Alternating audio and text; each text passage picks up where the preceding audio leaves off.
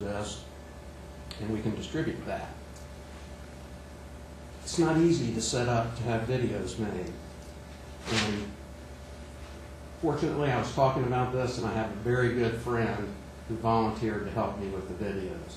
And that is Rick Hazley with Hazley Hobbs Funeral Home, and Mr. Homer McGee back here helping us video. We'd like to give our thanks to Hazley Funeral Home for helping us with that. And also, I'm going to talk about funeral homes a little bit later on, and we'll amplify some of that.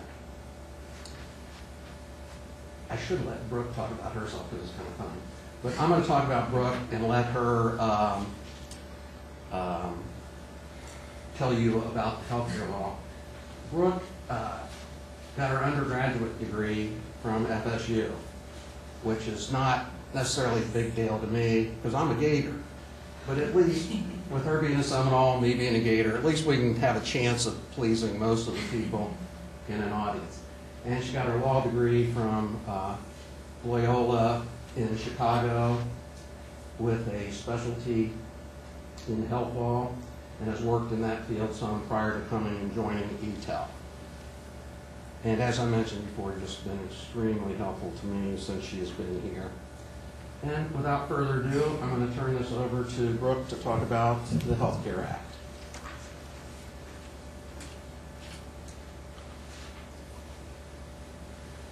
I'm going to probably stay back here for most of it so I can be close to my notes and stay out of the way. So is this good volume? Everybody can hear me?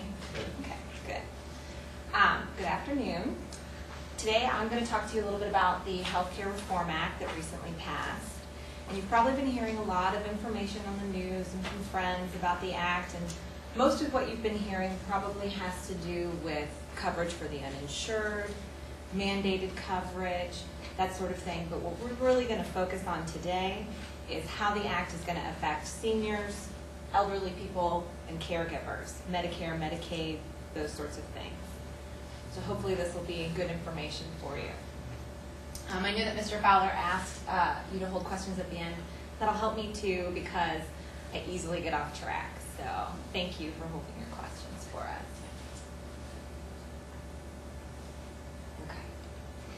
So first, what are we talking about when we say the Healthcare Reform Act? Well, we're actually talking about two separate acts that come together.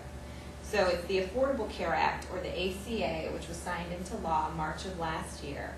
And the ACA is these two separate acts, the Patient Protection and Affordability of Care Act of 2010 and the Healthcare and Education Reconciliation Act of 2010. So it's actually two laws that came together with all these different provisions to make the one Reform Act that we're talking about. Mr. Fowler is going to get into this a little more when he comes up to talk to you. But before he does, I want to give you a little bit of a primer about Medicaid and Medicare, because they sound similar, and a lot of times they do similar things, and so it can be tough to know what we're talking about. So just some quickie things.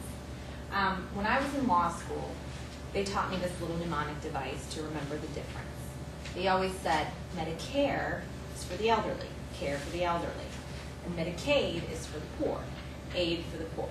And that helps you remember it well, but that's not entirely dispositive of what the two programs do. But the good thing you can take from that little memory device is that Medicaid has a needs-based component to it. Medicare doesn't necessarily.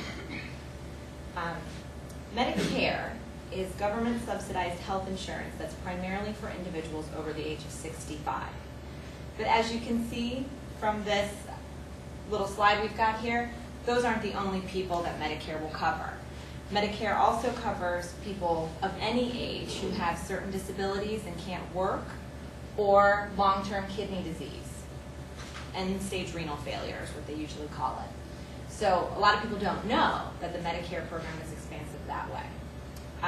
Then there's four parts, really, to Medicare. Part A, B, C, and D. Most people are familiar with A and B, because if you get Social Security, you'll see that you have a Part B premium that gets deducted.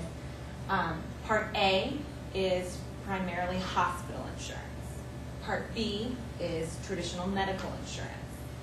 Part C is kind of this special little animal called a Medicare Advantage plan. Not everybody has these.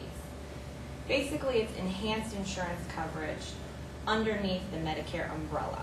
So the providers are sanctioned by Medicare, and they offer some extra services, but you pay extra premiums for them. You don't have to enroll in Medicare Advantage plans, and we'll talk a little more later about how the Act is going to change them, but that's what Part C refers to. And then Part D, as I'm sure a lot of you know, really refers to prescription drug coverage under Medicare. And we're going to talk more about how the Act is going to change Part D Medicare later. Medicaid, as a little contrast, we talked about it being needs-based. The main thing about Medicaid is that we're trying to provide things for people who have limited access to basic needs.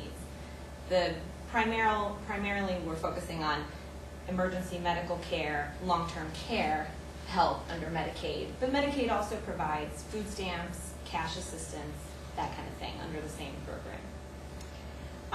Additionally, a little wrinkle about Medicaid, as you can see from the top here, is that it's governed and administered primarily by the state.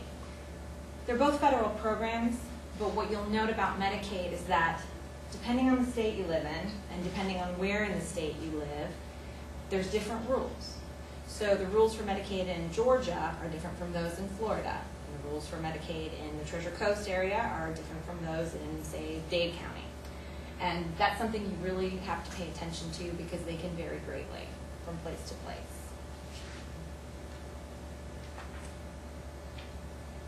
Okay. The most important thing to know about the Act with regard to Medicare is that there are no stated changes in the Act for the basic traditional coverage under Medicare. Really, the Act is purporting to expand what services are already there under both Medicare and Medicaid. The Act also plans to implement this national long-term care insurance program, the CLASS program, and CLASS stands for Community Living Assistance Services and Supports. And later we'll talk a little more about what that program is going to be like or stated to be like. But that's just a quick little plug there. The Act also purports to gradually close what's called the Medicare Part D donut hole. And some of you may already have dealt with this, but what we're talking about there is that there are some Medicare beneficiaries who find themselves between the initial coverage limit for prescription drug coverage, which in 2010 was $2,830, and the catastrophic coverage limit, which in 2010 was $6,440. That's a huge gap. And people would fall into this gap and get no help